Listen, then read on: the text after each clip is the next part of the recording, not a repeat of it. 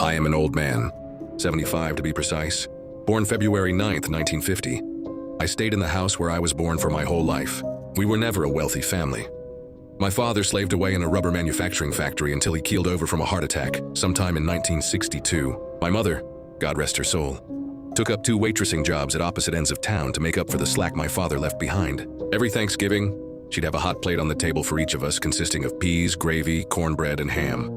We'd gobble it up like God himself sent it down, and we cherished every moment of that yearly dinner.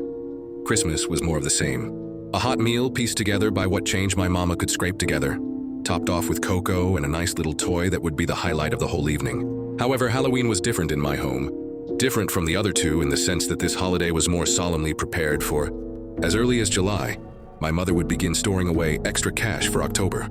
And once the Halloween sales began, she would go all out. Bag after bag of candy, stringed bats, prop cobwebs.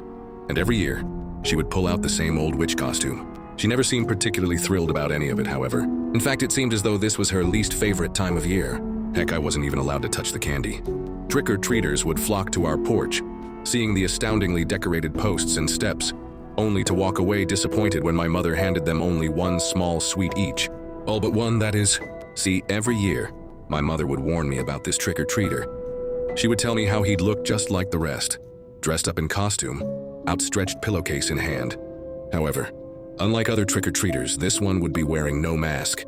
His face would be the only thing not suited for the occasion.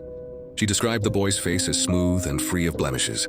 With blindingly blonde hair pushed carefully to the right, his eyes would be an icy, piercing blue that burned effortlessly through your very being. And no matter what, his expression would not change. I caught my first glimpse of this person my mother described on Halloween night, 1957. I'd never been allowed to partake in my mother's October rituals, merely an onlooker watching from just beyond the front door. And from that vantage point is where I saw him, eyes glowing blue and hair shining blonde. Dressed as Frankenstein, his entire body, excluding his face, was painted a deep green.